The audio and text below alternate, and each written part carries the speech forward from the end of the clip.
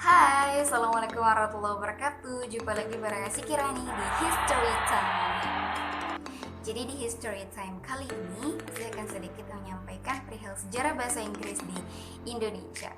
Pasti kita sering banget berpikir bahwa kenapa ya bahasa Inggris bisa ada di Indonesia dan itu dipelajari di Indonesia gitu.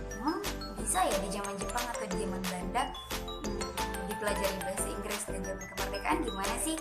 Kita akan cek di sini di History Time.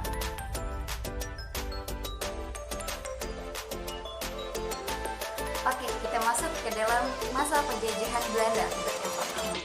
Jadi pada masa penjajahan Belanda ini, bahasa Inggris itu hanya diajarkan di tingkat Mulo dan AFS. Mulo itu apa sih?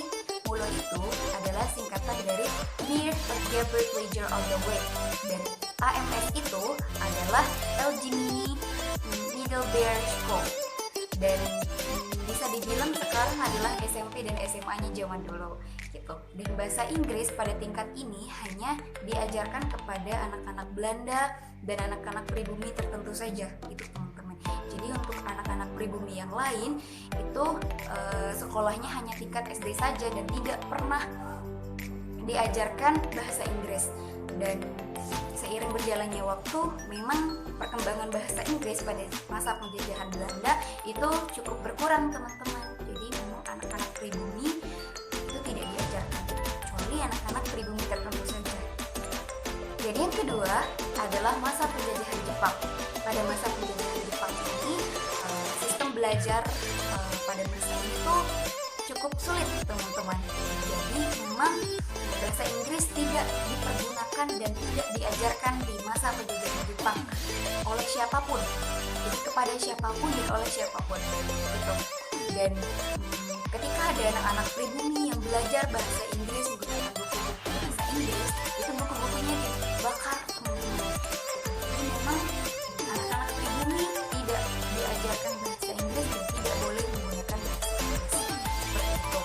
Dan seiring berjalannya waktu, buku-buku bahasa Indonesia sudah berkembang nih, karena buku-buku bahasa Inggris memang sudah tidak diperbolehkan untuk dipergunakan. Nah, yang ketiga adalah masa kemerdekaan. Di masa kemerdekaan ini, bahasa Inggris resmi diajarkan sebagai bahasa asing di sekolah-sekolah Indonesia seiring dengan keputusan Menteri Pendidikan dan Kebudayaan tahun 1967 ke teman-teman. Dan bahasa Inggris pada masa ini itu berkembang pesat sekali seperti itu, dan memang sudah diajarkan di sekolah-sekolah seperti tingkat SD, SMP ataupun SMA. Akan tetapi pemerintah Indonesia harus mengeluarkan triliunan rupiah untuk bisa mendongkrak perkembangan bahasa Inggris di Indonesia seperti itu.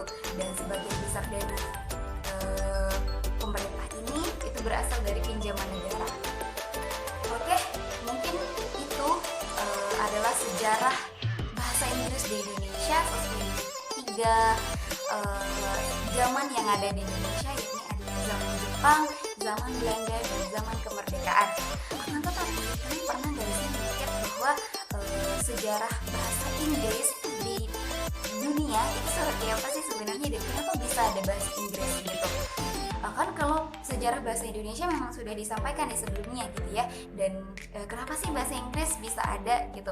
Jadi awalnya menurut Wikipedia, bahasa Inggris ini bermula dari migrasi Anglo-Saxon ke Pulau Britania sekitar 1500 tahun yang lalu. Wah, lama ya.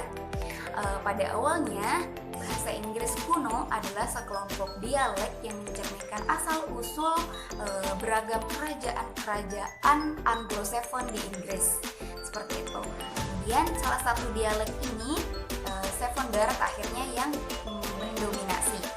Karena mungkin Saxon Barat ini cukup mudah untuk dipelajari dan dialeknya juga tidak cukup susah untuk diucapkan. Oke, mungkin itu saja History Time kali ini. Sampai jumpa di History Time selanjutnya. Assalamualaikum warahmatullahi wabarakatuh. Bye-bye.